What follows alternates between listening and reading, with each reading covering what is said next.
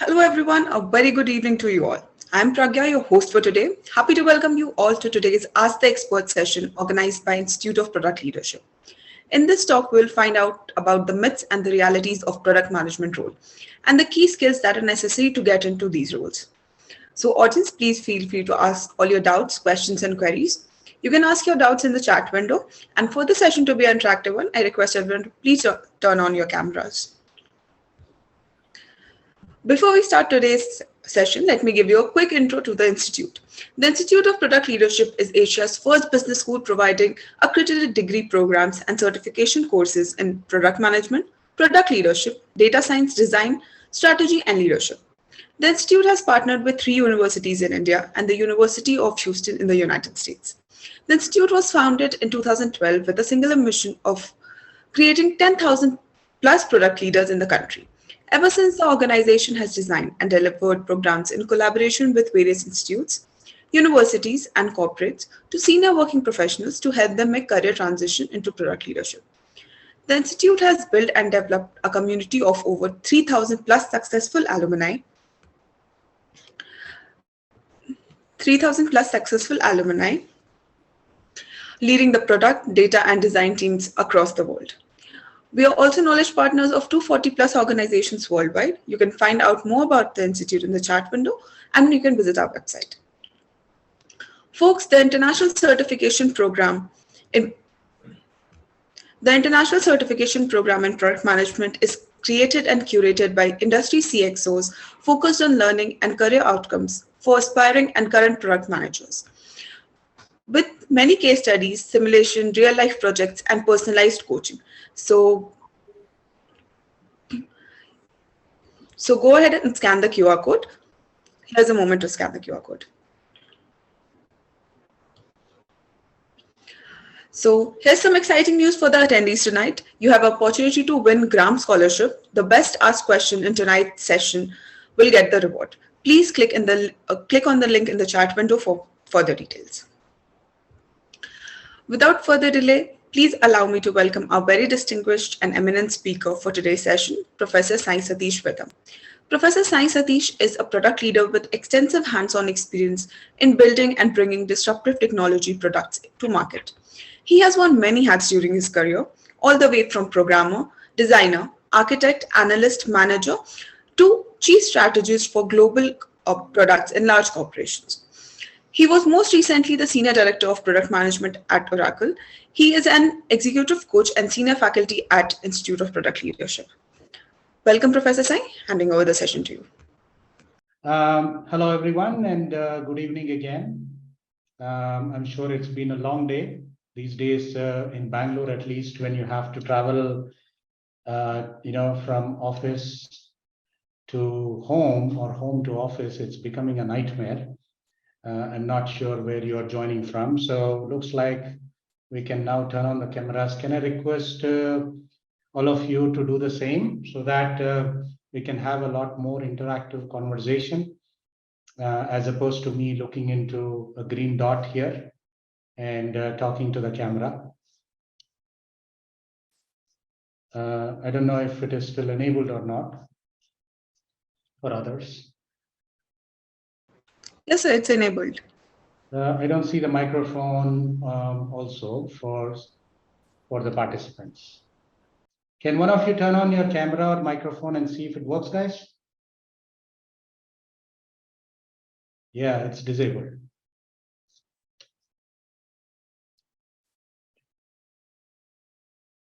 Okay. So while that happens, thanks for that introduction. Let me give a little more context on about me, and we also get started. I'll try to bring in the next 20 or 25 minutes.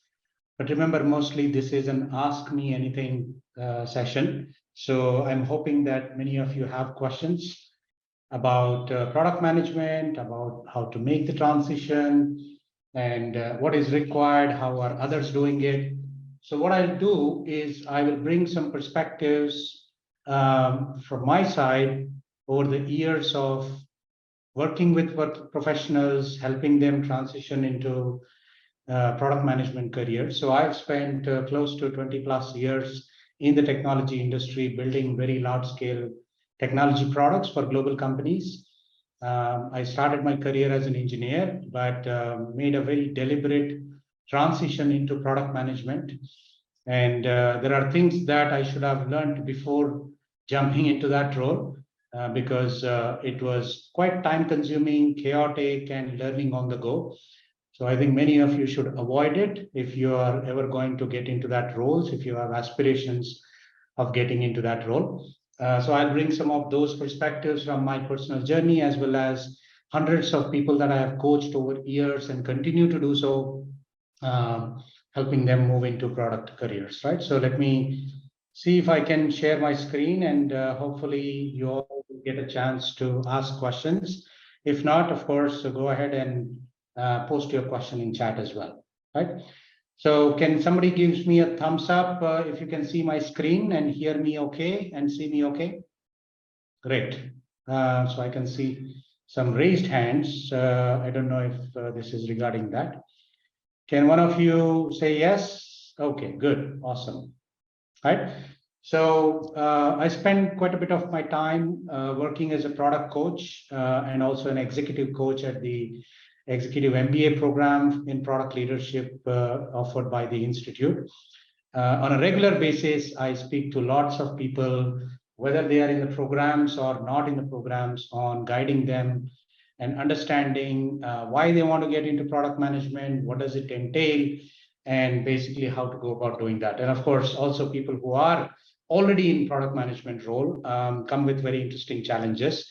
So most recently, I was a senior director of product management, managed global products for global customers.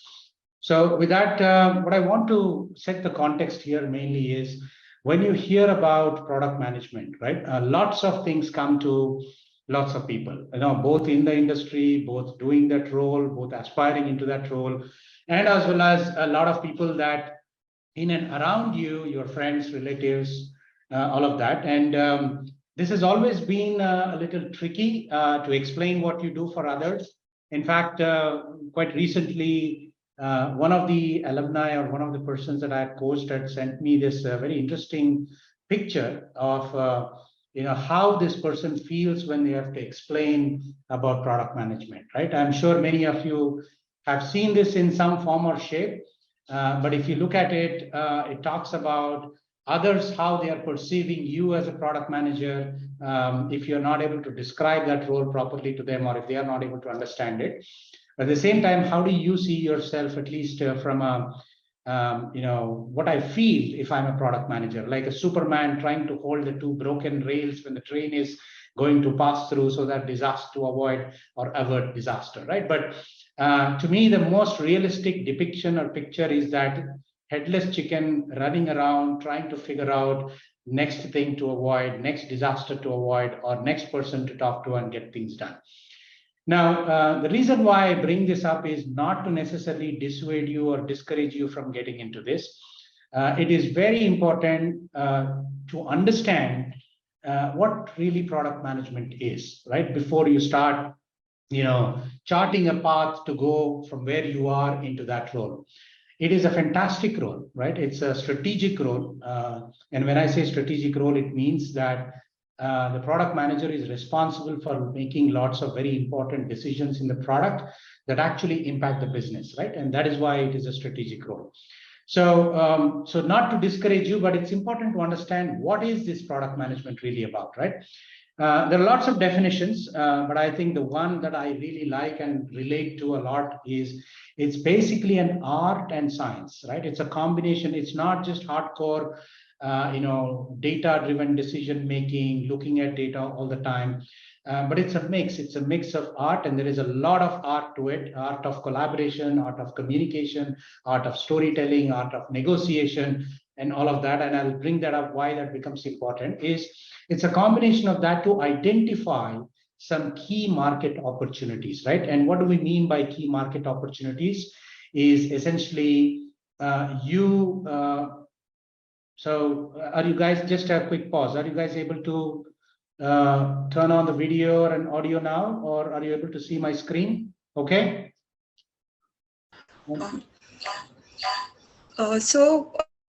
When they ask a question, they have to raise their hand. So I'll promote them to panelists, and they can switch on their videos and they can ask their questions directly Okay, because that this is is a fine. webinar. That is fine. As long as everybody is able to see my screen and hear me and see me, that's fine, right? Great. So it's combination of both art and science of identifying the right market opportunities. Right now, this sounds like a very big word, but essentially your role as a product manager is identify the unsolved problems, unmet needs, or the pain points that your customers, right? They may not be yet customers, but these are the people that are going through while accomplish certain things in that context, right? And identifying them, identifying these customers, profiling them in a very deep way, understanding them, and coming back with some two very important questions and saying, is this problem real that exists for the people that we want to solve? Is this problem urgent for them to solve, right? And these are two important questions. And of course, the third one, before you even decide about building a product or solution, is the problem worth solving? That is the opportunity, right? The market opportunity is how do we quantify that opportunity? If we solve this problem, what exists for us, right? What comes to us? Now, identifying that, and of course, working with the team and driving the team together to create a competitive, compelling, and profitable solution, right? What this means is a lot of people jump. I've seen not only just aspiring product managers, but also engineers who know how to build products, how comfortable with technology or building stuff, often jump into this right away and say, I can build it, so I will build it, right? And that's a big mistake many people do, including a lot of product managers. It's a solution-centric approach, and that often usually fails because you will probably build a product or a solution that really doesn't work. It works in that sense, but nobody wants it, right? So the whole idea is to avoid to that situation, but at the same time, not creating products that's a very, very niche, right? Your friends, family, and cohort, and that becomes a hobby. So essentially making products that are profitable. Now, the profit notion is also relative. There are products that actually are profitable in terms of generating revenue, money, margins, and profits. There are products that are focused on growth, customer acquisition, in the hope that someday that will turn profitable, right? So product management is that combination of art and science. This is important for our conversation as well, to get a level set on seeing, what do we mean by product management in this context. So the topic, of course, I was asked, and this is a very interesting topic to me, because as I speak to a lot of people, both aspiring and current product managers, I keep hearing some of the myths that I believe exist amongst a lot of them, right? So I thought I'll bring some top 5 myths. Now, there are lots of them, but I thought I'll bring top 5 that I see consistently and recurring, and then also talk about what the reality is, right? So the first one, essentially, what I keep hearing is anyone can become a product manager, right? Now, I'm not sure how many of you have seen this amazing movie called Ratatouille, right? Ratatouille is a movie that is centered around food, a rat that becomes a chef or that wants to become a chef, aspiring chef. And there is this very famous chef in that town in France called Chef Gustave, right? And this Gustave's famous statement is anybody can cook, right? Now, I actually kind of believe that in some ways, anybody can cook. That's how I also believe anybody can be a product manager. Yes, you can absolutely, but I think it's important to understand whether this is right for you or not. Evaluate whether product management as a role, as a responsibility is right for you, because there are certain things that often they are not obvious. Only when you get into that role, they become very obvious. Or if you talk to the product manager who is probably your close friend, who's more open and transparent to you. Otherwise, a lot of product managers, like we are all, very confident, and we want to project confidence, and we want to make other people believe that we actually identify problems to solve, which is all good, but there are a few things to keep in mind.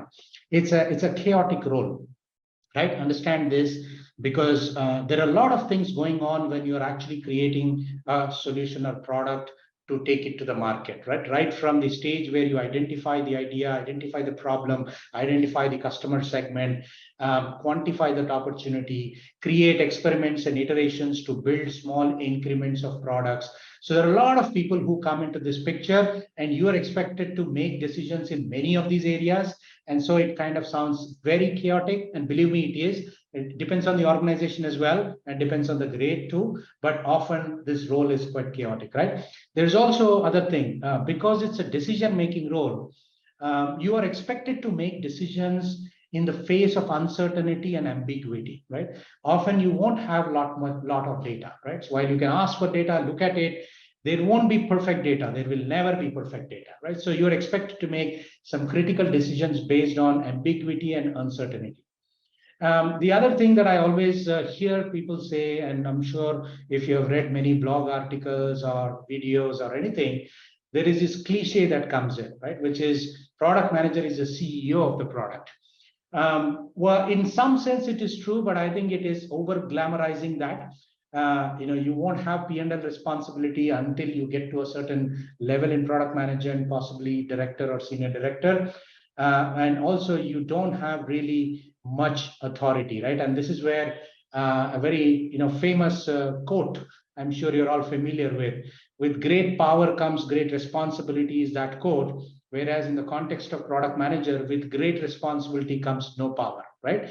So you usually do not have people reporting to you. You are most likely going to be individual contributor until you get to a portfolio manager or somebody who's managing a portfolio of products.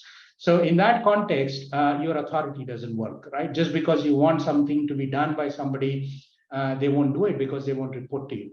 However, what really works, and I think this is an amazing part of this role, is influence, right? How do you build influence, influencing skills, especially because you're going to be working with different sets of people, and different people respond to different kinds of motivations. And how do you find that, and how do you influence them to get to them to see your point of view so that they actually go and believe that this is the right thing to do and do it, right? Now, all of this is good. Another very interesting attribute, I would say, of a product manager is you really need to have perseverance, right? Perseverance and grit. There are a lot of times that what you thought will work will not work. A lot of experiments may fail. But even in that context, waking up and saying, I'm going to do this again, I'm going to do this differently, and I'm going to convince other people to do this.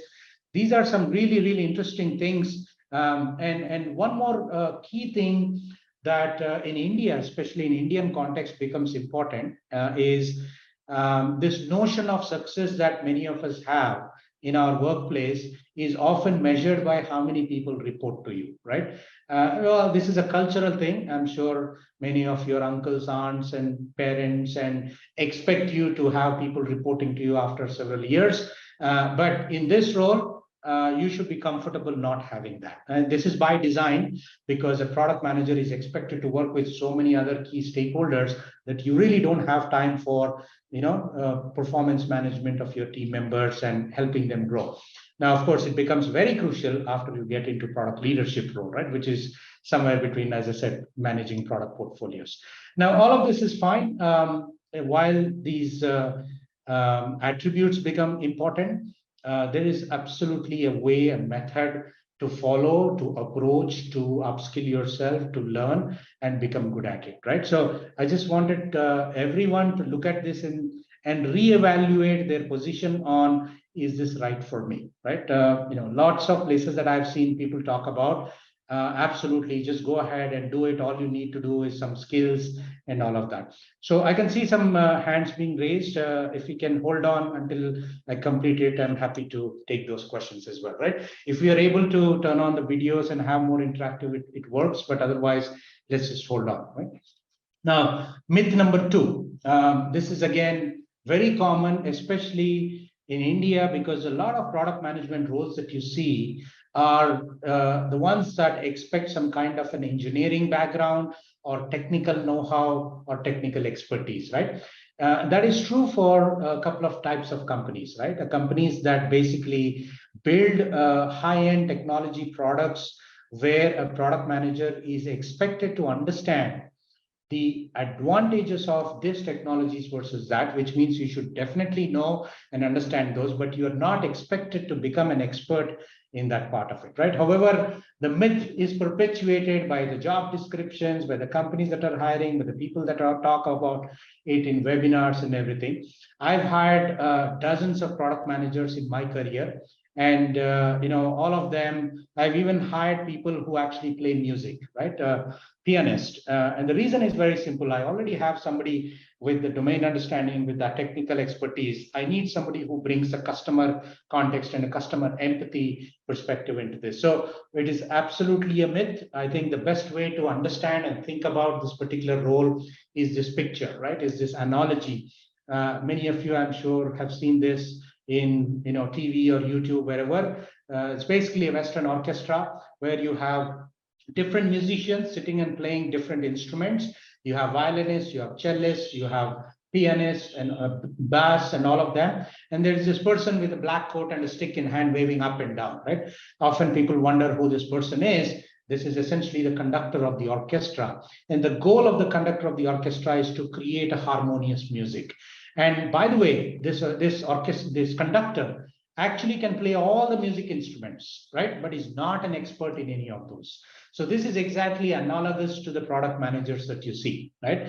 Which is you are expected to understand design. You're expected to have hands-on understanding of a little bit of product marketing, hands-on understanding of prioritization and roadmaps, hands-on understanding of a little bit of technology. And all of that is good, but you are not an expert because you are going to rely on the experts to actually build that product or solution to bring it to the market, right? If you don't have that deeper understanding or even working knowledge of it, one thing is you may not get enough respect from the team, which quite happens, by the way. Or the second part is you will not be able to have some meaningful conversations, provide the clarity that you need to provide on this role for your team members. So this is the analogy that I want you to take away if you think of a product manager, right? Some of you may already be in that role and may be able to relate to some of these things that we're talking about. Now, often the question comes in, but how do we? So if product managers are not expected to be technical, then what are they supposed to do, right? What are the areas that they actually spend time on in? And to that, if you look at this picture, the intersection of a great product over a great product or a solution lies at an intersection of these three things, right? Desirability, feasibility, and viability. While there are lots of interesting definitions of this, a simple way to think about is desirability is not about whether you desire to create a product or not, right? Desirability is all about whether your customers have a strong desire to solve the problem that they have today in that given context, right? How strong is this? How many people are there? That is very important in terms of qualifying that desirability part of it. So the question that is asked often in this context is, should we build a product or solution to solve the problems for these groups of customers, right? And the next one is feasibility. Feasibility is answering a simple question, which is, can we build it? Right now, this can we build it is, do we have the ability? Do we have the people? Do we have the skills? Do we have the technology? All of these things is about feasibility. Now, this is where you would have heard lots of acronyms like buzzwords like POCs and alphas and betas and prototypes and all of that stuff, right? This is all about testing that feasibility part of it before you making a decision on, yes, let's go ahead and build this thing because it's feasible. Now, the third most important thing in the context of business of products is the viability part of it, right? Can we build this sustainably? Can we build this from a financial sustainability point of view? It doesn't have to be profitable if you are a not-for-profit, but it has to be sustainable for the product and the operations in the company and the team to run, right? So a great product is at the intersection of all these three things. Now, while those are broad things, from a product manager point of view, what are the specific skills that are required in this, right? So, I'll just quickly summarize this. One is called the customer insighting skills. right? This is where you identify the customers, you profile them, you understand them, you identify the market needs or the problems that they have, and you come back, do some validation at a larger scale. And then, of course, you start doing some quick prototyping or experiments to test out both on the problem side and the solution side. On the feasibility part, you will see most of it is what we call as product planning. And by the way, this is exactly where a lot of product managers and product owners, majority of the product owners in this country and some product managers focus their time and energies in, right? This is a product planning phase where you work with design teams to create wireframes or mockups or designs if it is a digital product. If it is not a digital product, you still do prototyping. And often you spend time in writing the requirements, defining them clearly so that everybody understands this, right? And then, you have a prioritized backlog and create roadmaps and go ahead and do that. But strategic aspects of product management lie in this aspect, which is a viability part of it, where you are now quantifying the size of the market, the opportunity that you have. How are we going to acquire these customers, either through product or working with the product marketing and sales teams to communicate the value that you have created as part of this product, right? And here also, certain financial understanding becomes important, right? If you're not talking the language of money, you will not be perceived as a leader, right? You can still be a product manager, by the way, and not have some of these viability related responsibilities or skills. But if you want to grow into senior roles, into product leadership roles, some of these things become very, very crucial, right? So that's the myth number 3 is, again, a lot of times we hear people talking about using Jira, using user stories, using story mapping techniques. Those are all good. Those are definitely some very important responsibilities for up to product manager, senior product manager. However, a lot of work of this is done by, in many companies, product owners. Now, when I'm using these phrases, titles, right, names, product owner, product manager, and all of that, I'm referring to them as role, not as a title, right? In India, we have some very interesting titles in many companies. In fact, a lot of companies are changing business analyst as a title into product owner, although the work that is being done is exactly the same, right? Why? Because it's important to attract talent. A lot of people want to be working in the context of products. So why not, right? So, however, a real product manager, a true product manager, competencies and activities go way beyond just writing requirements, right? So let me help you understand the picture in front of you. This is called the adaptive productizing process. It's a flywheel, if you will. You can see that there is a section that is blue and there is a section that is red, right? And even in the blue, you will see different shades of blue. Now, typically in most of the product companies that you see, the blue part is what is called as inbound product management, right? This is where the product manager is working with internal stakeholders primarily, right? Majority of the time. Some of them are fortunate enough in context where you can actually work with external customers, but a lot of time you're spending inside the team, whether it is engineering team, whether it is design team, whether it is marketing team, sales team, partnership team, QA team, whatever it is, right? Project managers and all of that part. Now, the shades of the blue, if you look at it, the light blue part, which is building it right now, if you look at it, these are competencies, which is choosing to build, which is what I explained, is the problem worth solving, right? That's a key question to ask. And you're choosing whether to do this or not do this based on strategic considerations.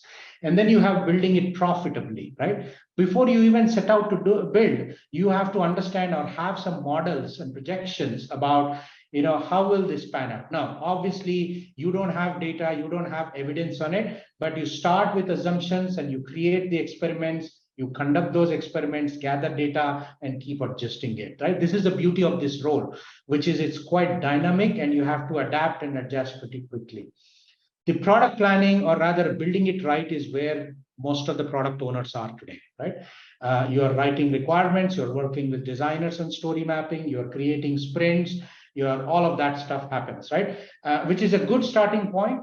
But if any of you are in that stage, I think you should look at moving up to more strategic activities, to the darker blue shades that I talked about. Now, the red part, again, as a director of products or group PM or senior director, often you will be working with product marketing teams, right? And many companies call this red part as outbound product management, or some companies also call this as product marketing, right? Product marketing, especially in enterprise companies, is very, very popular. This is completely different than digital marketing that many people, make an assumption about, which is different. Now, here is where you work with the marketing team or the product marketing team and the sales team to, essentially communicate what is the product that you've created, what value does it provide to the customer, and now take that and communicate that value to the market through variety of marketing mechanisms, right? And sales becomes very important, especially in enterprise context where you're expected to train, enable, create collaterals, and all of that stuff working with the product management. So most of you may not be, right now at least looking to getting into that role, but it's a very, very exciting role. And India, I can tell you, this role probably commands a lot more premium than senior product managers, right? So because of the demand and supply, good product marketing managers are hard to come by, but it's a fantastic role. Now, product management and product marketing are joined at the hip, which means there is a very close collaboration that happens between the two, right? So it's not just about writing the requirements. The reality is you are expected to know and work in many of these things, depending on which level, which grade you are in. But these are essentially all the competencies of that. Myth number 4, because, and this myth is, I believe, often comes from people who moved into product management from engineering, right? As an engineer, as a developer, especially whether it is technology or non-technology, you are very close to that process of creating a solution, process of solving that problem. And hence the natural affinity for the product managers is with the development team, right? But quickly people will realize that, if you spend too much time with them, you are not doing justice to all the other aspects that form the core of the product, which essentially is a lot of cross-functional skills, right? Cross-functional areas. So developing that understanding of what is cross-functional area? Think about any product that is being built, right? You would have designers to create designs. You will have development and engineering teams. You will have quality teams. You will have marketing teams. You will have analytics teams, for example, data analytics teams, to bring you that insights, to tell you, what has happened in the past or what can be done within the product. And this is even more so interesting in the product analytics space, right? Where you gather analytics to make some very critical decisions. And not only that, you're actually expected to work with the sales, the marketing, the leadership, and the customer. So it's a highly cross-functional role. And that means that you will need to develop a vocabulary, a very strong vocabulary for all these functional roles. And the second thing is understand and have a working knowledge of how some of these activities are done. If you do that, a lot of people will respect you and want to work with you because you know their point of view, right? For a long time, when I moved into product management first, about maybe 16 years ago, for about a few months, I used to think that, what do product marketers do? In fact, they go to trade shows, they do some demos, they stay in nice fancy hotels, and they do after event parties and come home and say, this is what we have done, right? Now, when I started working with product marketing managers, I realized the things that they have to do, the impact that they create, right? So if you develop that sense of understanding of those areas in you, you'll be able to much easily relate with them and they will want to work with you. Believe me, you really want all the team members to work with you. If you create friction, it's a disaster, right? We also say that, if the product succeeds, the credit goes to everyone. If the product fails, it is a product manager's responsibility, right? It is true, by the way. So hence, it's important to have this cross-functional understanding about what you do. Now, myth number 5 is quite kind of interesting, right?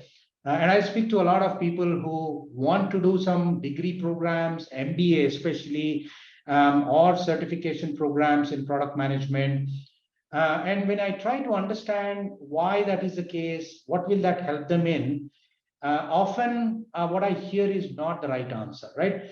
A certificate is not going to help you get into that transition. A certificate alone, right? Whether it's a certificate or a degree, by the way. And as I said, I've hired so many product managers. I've never hired anybody because they have a product management certification or a degree on that.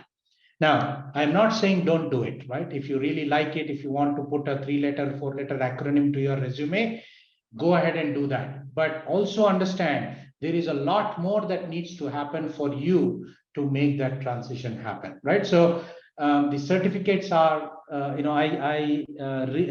link them, or it's an analogous to having a health insurance. It's important to have it, but don't hope to make a career transition based on that, right? It's a simple instrument. Now, what the certificate helps you is in communicating or signaling to the others that it's a proof of knowledge, right? You have learned something in a structured way and putting the pieces of the puzzle together, and hopefully you have a better understanding of that. It's kind of a proof of knowledge. But essentially, what you need is more than proof of knowledge. What you need is proof of skill, right? Your ability to build a skill and demonstrate that skill matters a lot more than your amazing resume, right? And I say that amazing resume without even looking at any of your resumes, because I know everybody's resume these days is awesome. They are spending way too much time decorating it, giving all kinds of layouts, adding lots of keywords. Now, I can understand why that is happening, because I'm sure many of you can relate to this, or your friends have gone through this. Is if there is that very interesting career opportunity that you saw, and you went and applied, and you uploaded your resume, and you are hoping and praying that somebody will call you, right? Or some email will come. Now, what is happening, if you think it from other side, is there are hundreds of resumes being submitted for that job description within hours, right? So really nobody has time, nor the patience, nor even the ability to go through those hundreds of resumes. So a lot of people, hiring side, on the talent acquisition side, they are actually filtering these based on some keywords, right? Some titles. Now, obviously, the candidates who are applying to that also know this. So you are going ahead and adding lots of keywords to your resume. What is stopping anybody from doing it? Nothing, right? So that's the game that people play. And unfortunately, not a great one, right? It's a spray and pray approach. Instead, a better way to think about is how are you going to develop those skills? And once you develop those skills, your ability to demonstrate and signal to the world that not only have you learned these product management competencies and skills that we saw before, but you are able to apply, right? You are able to apply in any given context. In a real context, somebody throws a challenge at you and say, okay, give me some time. Let me ask several questions. Let me understand the problem that you want me to work on. And here is how I'm going to apply that particular skill or area in this, whether it is market sizing, whether it is pricing, whether it is prioritization, whether it is roadmap or go-to-market strategy, or any of these things, right? So the ability to demonstrate signal to the world, whether it is in your company or outside the company, doesn't matter, but purely based on the resume is no longer the option, right? This I've seen with lots of evidence. So I think the myth that you only work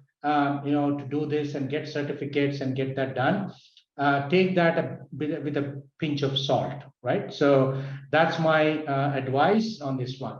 So in that case, how do you look at making a transition into product management roles, right? So you first have to kind of develop a strategy, right? A career strategy, if you will. Strategy is nothing but, you put certain guardrails to identify what is the playground that you want to play and how do you want to win. In this case, if it's career strategy, it's important to understand what you want to be doing in a year from now, and who else is playing that game, so that you differentiate yourself from the others by equipping yourselves in a slightly different way, in a better way, so that you are better than all of those others, right? So some tips here, how to do that. Most important thing is build the cross-functional skills. Some of you come from engineering background, are very good at that. Some of you come from project management background. you're very good at, let's say, collaborating with people, managing the project within budget, within time, within quality, right? That's a great skill to have. But you are limited in your ability to see the 360 degree of the business. Your ability to understand why are we doing what we are doing is going to be limited, right? A project management skill is a very important skill in the product manager's arsenal, but that's just one of those things. So build cross-functional, including design, right? You may never want to be a designer, you may never want to design a product. That is absolutely fine. But still, getting and having a working knowledge of how design works, creating prototypes, so that when you sit down with the design team, they actually see you, you understand what they're talking about, and respect you for that. I'm not just talking about design, but every other area, right? And along the way, build some demonstrable assets. A product portfolio is what I call, right? I'm sure many of you know designers have a design portfolio. So products, people who want to aspire to product managers should absolutely have a portfolio, right? In fact, at the Institute of Product Leadership, it is strongly encouraged, motivated, and create a portfolio, host it, and then share it with the hiring managers, both either at the career management platform or even outside, right? Bring your own ideas, work on those ideas as you're learning these skills, because having a really useful context makes applying that learning very easy, right? Otherwise, it looks very theoretical, fictitious, and you won't be able to appreciate that, right? So either you bring your own ideas, ask your friends, sit down with somebody who knows how to scope this and what can you work on that, right? So as you build this, demonstrate it, build your personal brand. It is not complicated. Building a personal brand is not complicated. All you need to do is start articulating your understanding, your points of view to public, right? Now, when I say public, you can do it in public, forums like social media or anything, or I'm sure in your organizations, you have your own internal forums, right? Become a speaker, create a 2-minute video, write a 200-word article, become a moderator, panelist. There are so many ways to demonstrate that not only have you learned and acquired, but how you're going to showcase that, so that people who know you, and you have a label, by the way, or each one of you have a label associated with us, right? Because of the work that you've been doing. You might say, look, I'm a business analyst, I'm a project manager, program manager, whatever it is. You want people to peel off that label. And that is not an easy task. You have to consistently demonstrate that you're a new person with new thinking and new skills, and hence that peel that label off, right? Now, all of this is great. Very important point is, especially for senior professionals, right? When I say senior, I'm talking about anywhere between 8+ years, 10+ years upwards, is having a network is super critical. Sometimes knowing people is more important knowing some skills. And so finding a context where you can access that network, build relationships and rapport with them, offer something that you have to help them, and then ask them for any opportunities or referring and all of that stuff. That works amazingly well, right? Just connecting on LinkedIn and saying, hey, can you please refer me to your company is the worst form of networking, by the way, right? But don't miss out. This is super critical aspect of it. Now, this is all great, but if you're still going back to that resume-based hiring approach, you're going to face a lot of challenges and competition, right? And hence, looking at platforms where hiring managers are actually hiring you or looking at you, evaluating you, not based on your declarative statement, which is resume, but your demonstrations of it, right? So it happens continuously, because I know people make transitions on a regular basis. And I help people make that so absolutely possible, right? So that's essentially some tips on how to make the transition from wherever you are into the product management roles. So with that, I will stop and see if you have any questions, many of them, right? Audience, you can raise your hands so I can unmute you, or you can ask your questions in the Q&A window. So we have a question from Dharmendra. He has also raised his hand. So go ahead, Dharmendra, unmute yourself and ask the question.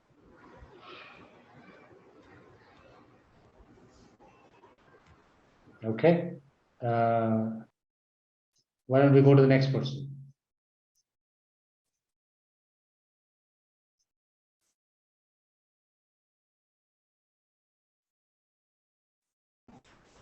Hemant, you can go ahead and ask your question, or Gaurav, you also can ask a question.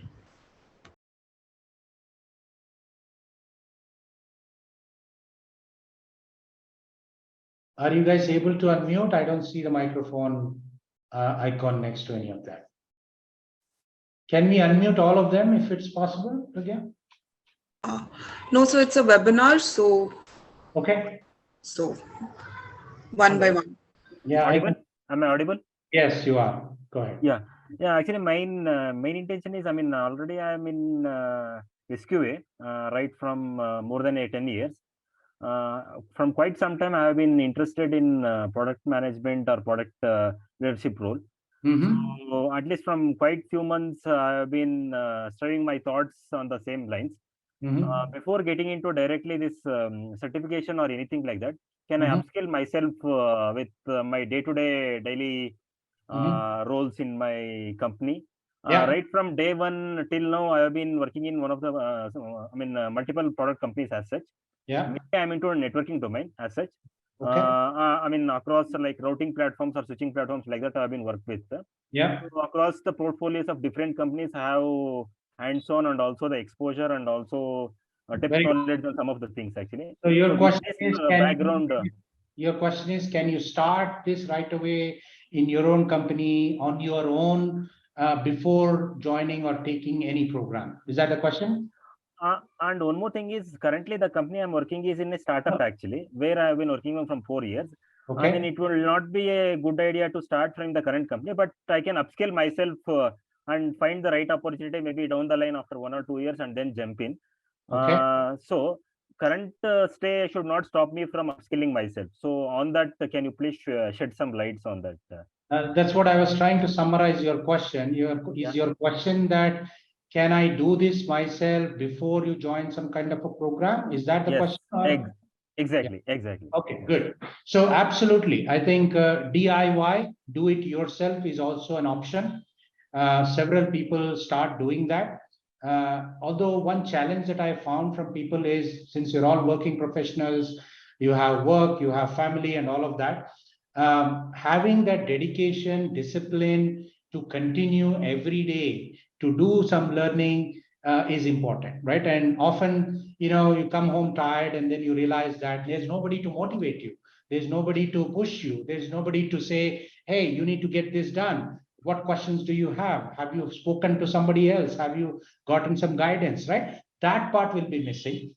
But if you are a person who can passively consume videos and learn some concepts, and if you have the opportunity to go back to work in your company and apply some of those things, either in your work or volunteer yourself as a product manager, right? You don't have to go and say, I want to be a product manager. In fact, I'm sure in your team meetings when you're sitting, there are product owners or product managers, and go on the side and tell them, hey, I would love to help you on that particular part of thing. Can I get to do that, and I can get some inputs from you? So these are all the things that you can absolutely do, right? If you're a person who can actually work with discipline, diligence continuously, certainly do it, right? Because today information is free. The point is not about content. You can learn whatever you want on YouTube, Coursera, Udemy, or a whole bunch of video courses that are there. But the challenge is about how do we now take that and put that in the context, and a real context, and then you suddenly realize what I learned is different than what is happening here. What do I do? Whom do I talk to? Where do I get that guidance, right? So that's a part that actually accelerates that learning part of it. So yeah, absolutely, DIY is an option provided you are able to manage those things. Yeah, one more thing added to that. So I think there are several questions. We'll come back to you. Just a continuity of that. Yeah, that's it. Okay, quickly summarize them. Yeah, basically the thing is, as you told, do it yourself. I think that should be good enough. That is a good opportunity for me to upskill myself in the current company itself. Along with that, is there any like LinkedIn learning courses are there, or anything that of sort which will help me as an added thing? No, as I said, today there is an overload of information.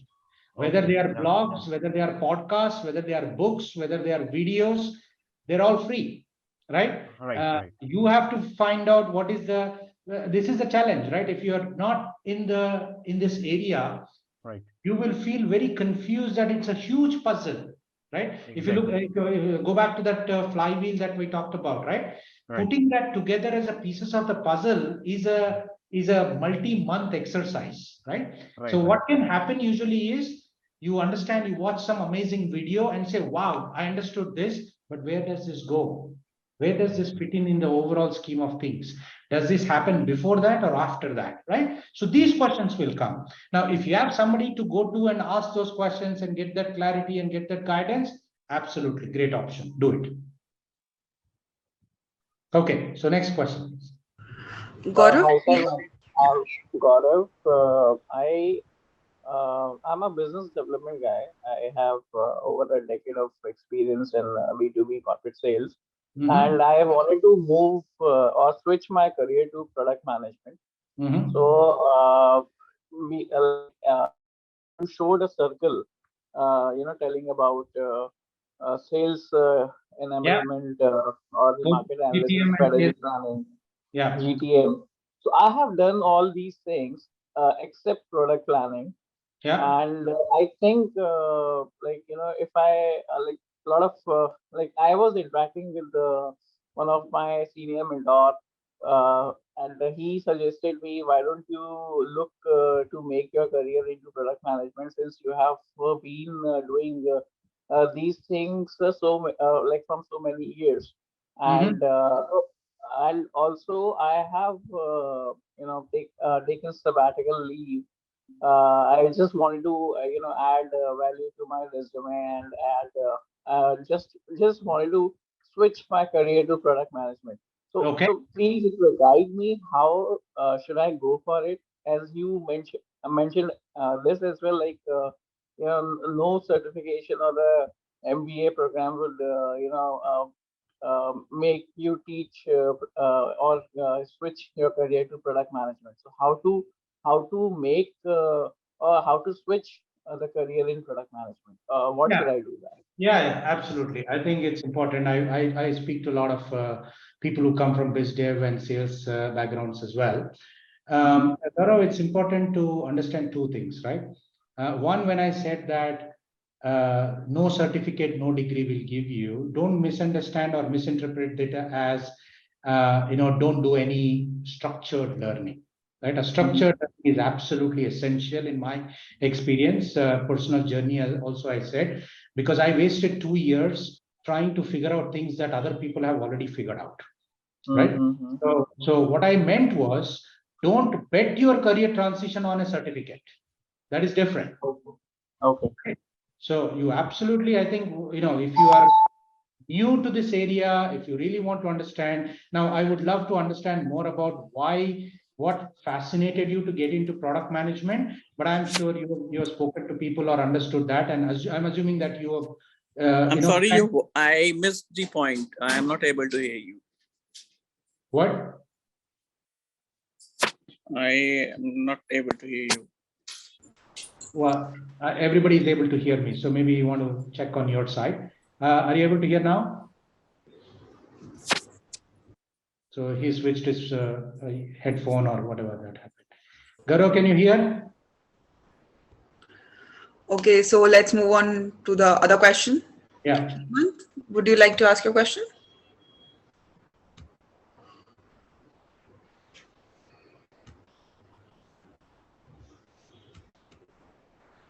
Okay. Hemant, Who was that? Hemant, Vineet, Vrushang, you guys have raised your hands. So would you like to go ahead and ask your question? Vrushang, you also messaged saying you have a couple of questions.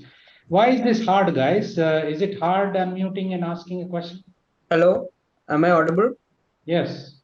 Hi, thank you for that insightful session. I am unable to switch on my camera, or else I would have switched on. Sorry for that. So I am pretty early in my career. After completing my MBA, I'm currently working as a Big Four consultant in data and analytics. So I have 3 years of experience in 2 companies. So I just want to know what would be the ideal step for me if I wanted to switch into product management, considering I'm zero at product management. And you want to work as a product manager in the current company, or no, not current. Current is a big four company in auditing and basically service. I want to switch the sector also. okay? So I think the process that I kind of explained, right, which is set yourself 1 year timeline, right? Now the reason why I'm saying 1 year timeline is 2 years, 3 years could be dynamic, and a lot of things are changing. So if you want to get into a product role, let's say 1 year from now, work backwards and what I said, right? How do you now convince other people that you actually can do product management? Because hiring managers are looking at three things when they are hiring, and this is important for all of you, right? This is not just a response to your question. Hiring managers often look at domain skills, functional skills, and leadership skills. And when I say hiring manager, I'm talking about people who are hiring for product manager roles.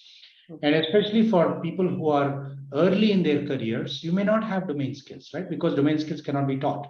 You have to stay in that, you have to work, you have to experience in all of that stuff. So, which means on the other two areas, the evaluation or the hiring manager is looking at you to have very higher level of competencies, right?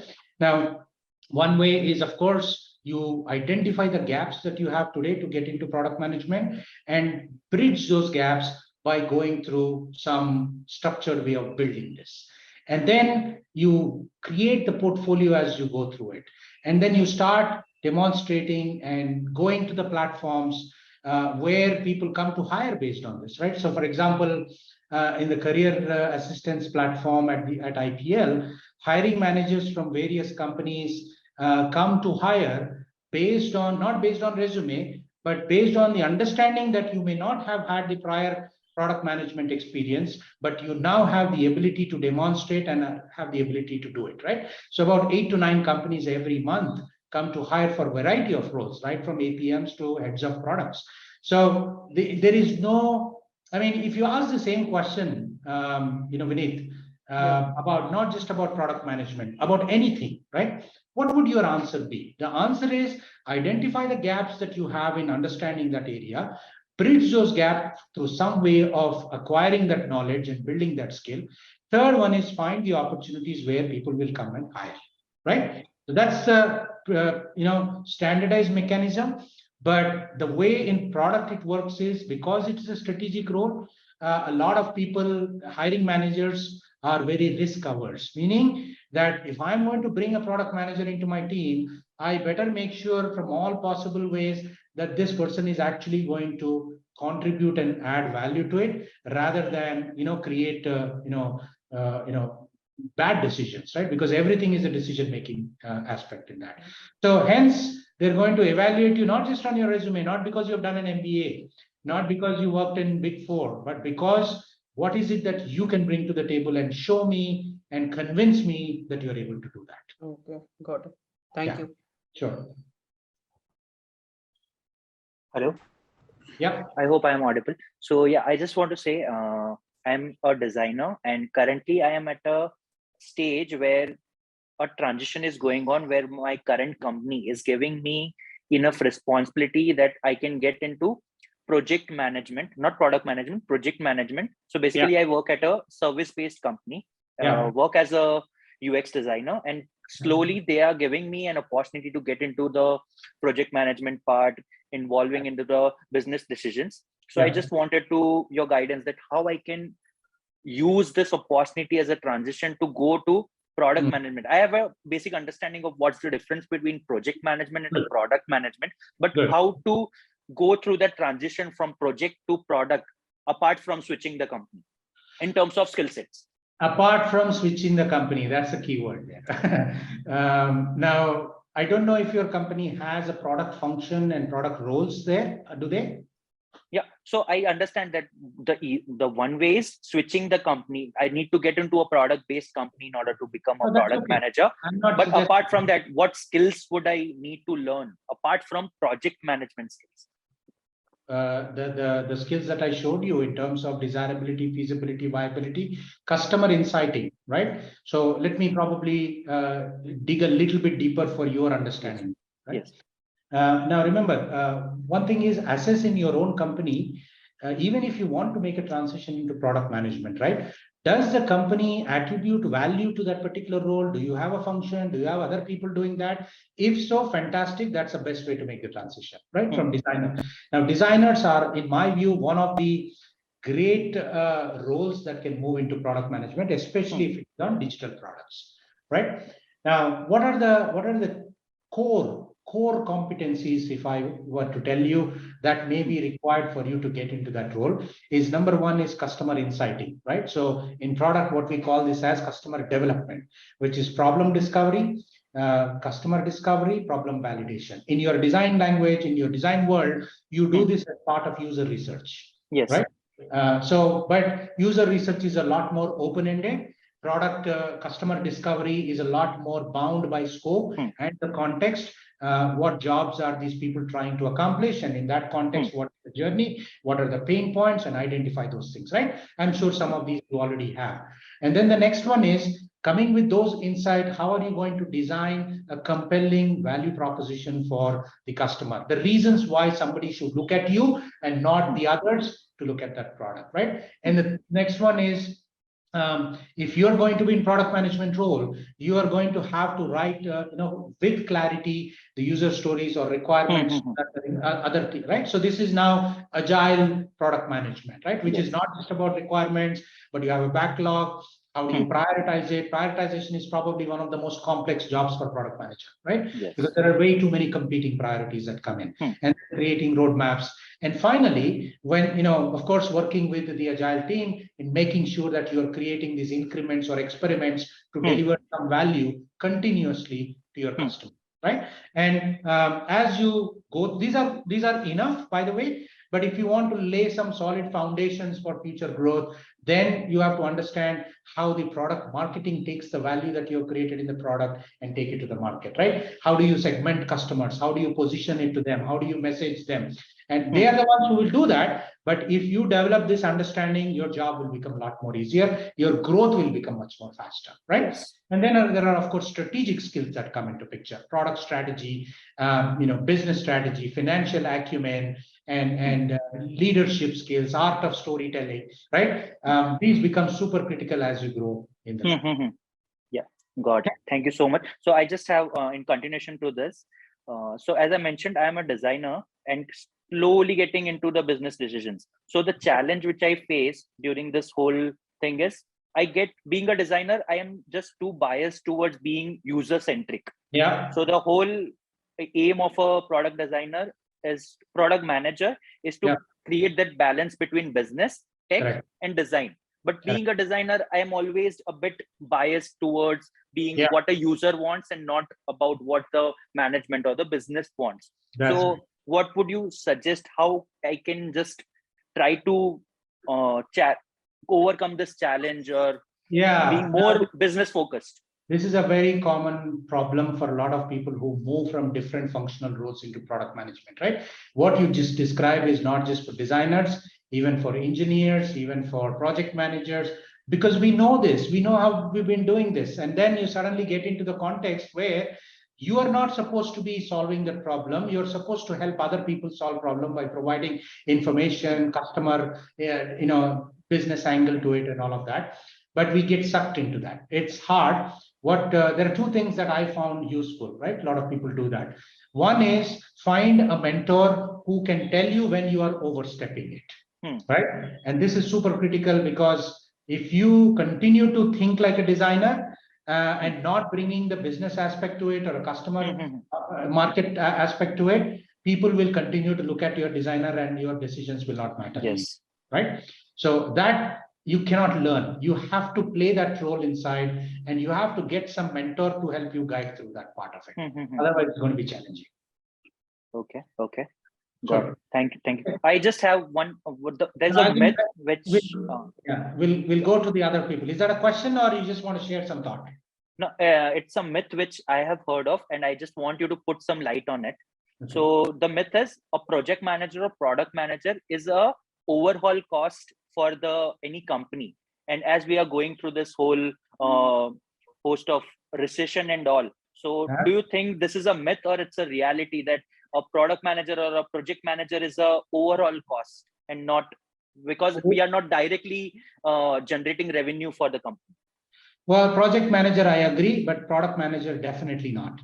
Without product managers, you don't have products, really. You build products that nobody wants, and eventually that leads to the decline of the product and the company. And I've been a first-time witness to it in a company called Sun Microsystems, which many of you may know is a company that created some incredible technologies in the world, but did not know how to find the right customers for it, commercialize it, make money out of it, and eventually ended up being swallowed by a giant and get killed.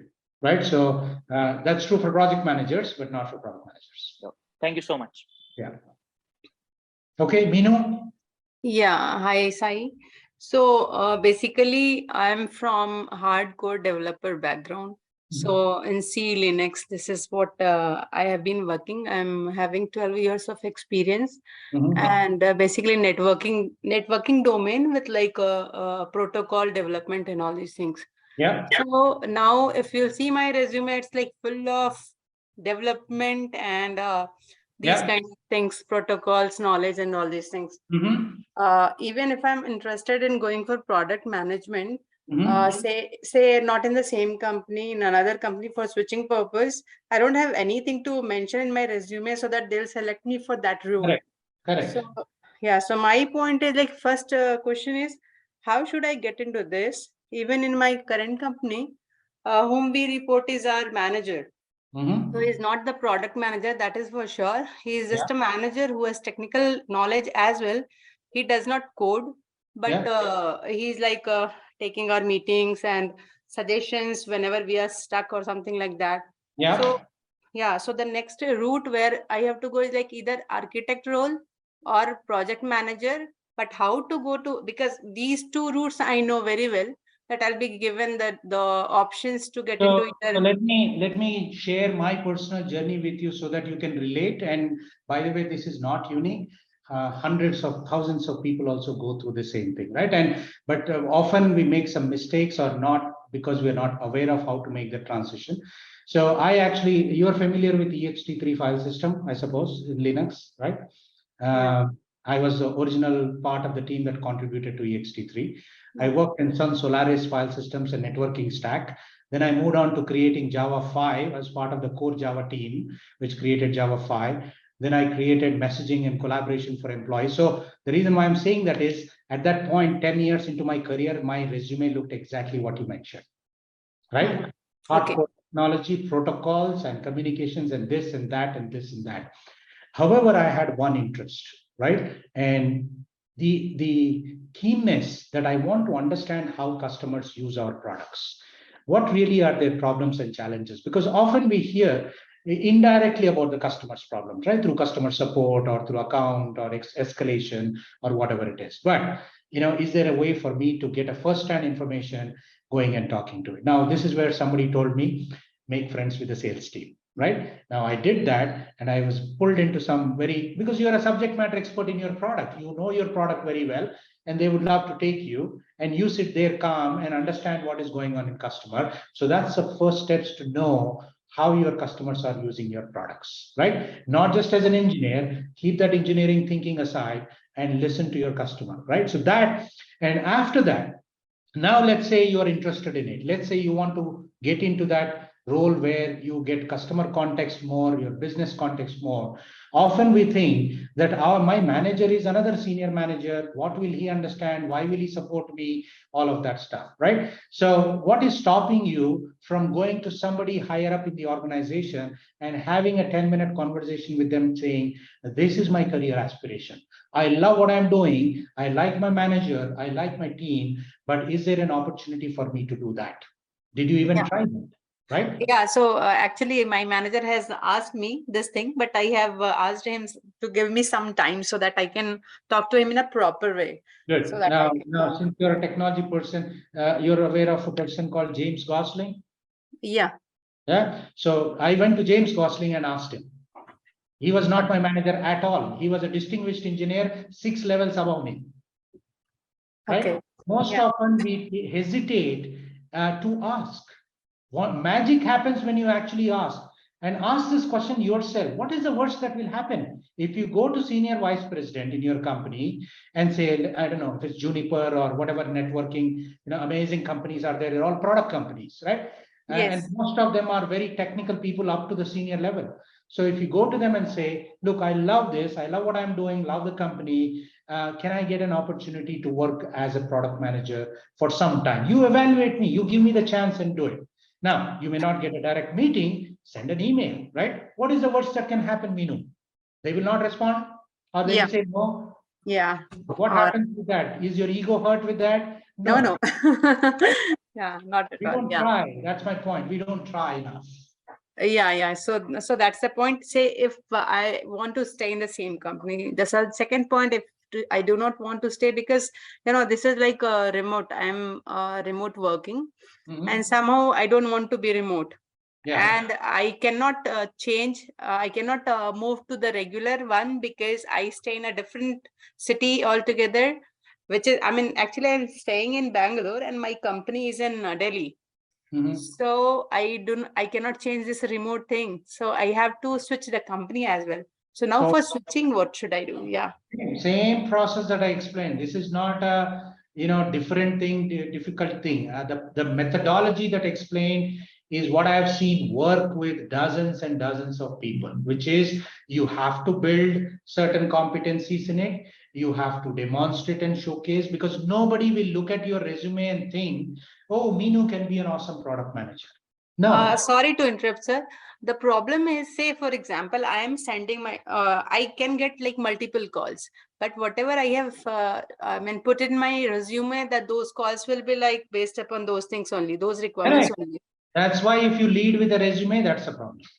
You should never So, lead with a resume. okay. So for me, I have contacts, but anyways, again, if those contacts So also I will suggest definitely. for everyone in the call, I suggest after this call, go to producttalent.com. Okay. Okay. And see what people are publishing about their product portfolios. See, these are all people like you, Meenu, coming from engineering background, design, project management, whatever, right? People are actively creating product portfolios and using them before you lead with your resume. Okay, Because got the it. resume, there is a label attached to it already. Meenu is an awesome engineer. That doesn't mean anything for people who are looking for product managers. Right? Okay. And by the way, it's important, and this is not just for Meenu and others also, I'm taking this context to help others also think about the same way, which is it's always easier to transition into a different role, first preference, same company, right? Even if it means that you make trade-offs on your compensation or whatever other things. It's easier because you have built some credibility. You understand the system, you understand the people, right? So that's first option. Second option is, if that is not the place that you want to be for whatever reason, look at a similar company in that same industry, right? Networking, there are dozens and dozens of companies that are coming up with fantastic innovative products today, right? Whether you take SD-WANs or whether you take virtualized networking or any of those areas, or whatever. The third one is the most difficult one. It is possible, but it's difficult because now you need to change from one industry to another. There is a new variable that is introduced. You don't know essentially what that variable is, which is the industry part of it, right? So that's the way to think about it. Okay, one very small question, if we are not in hurry. So the thing is, I just wanted. I need to jump into another meeting, but go ahead, one last one. Yeah, I just wanted to know the risks involved, because in a company, if we are like having the engineering and technical side, obviously there is not much risk, but I just wanted to understand the risks involved. What is your meaning of risk? So the thing is, say, because development, obviously one person cannot do the entire work, right? So architect is always needed, and always needed in the sense of very crucial.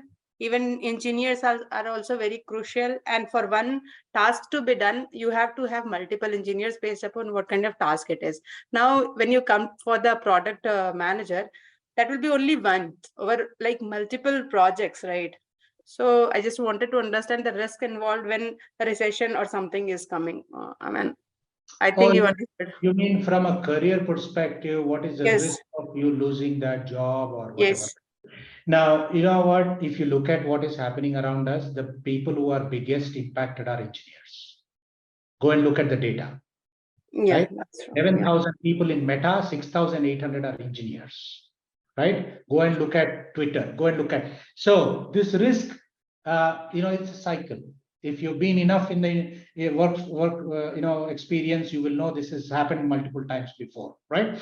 But the way that I want you to think about this is slightly differently. Why do you think engineers have to do all these things? Why are engineers always thinking that we have so much things to build? We need more people. We are always important. Believe me, I come with a sense of entitlement like that as an engineer.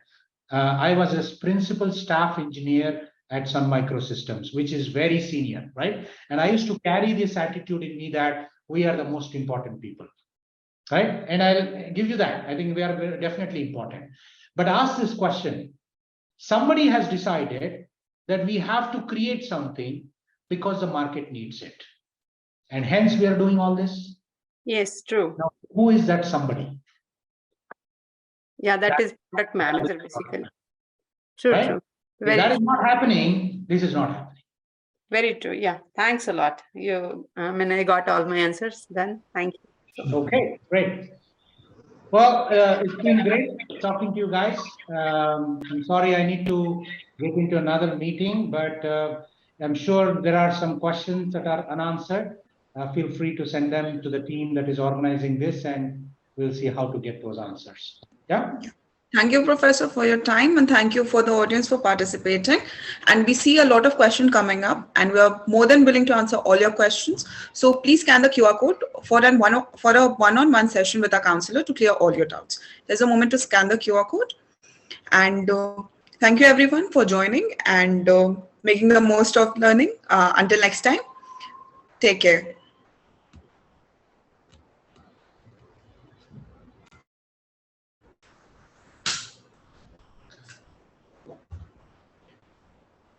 Thank you, everyone.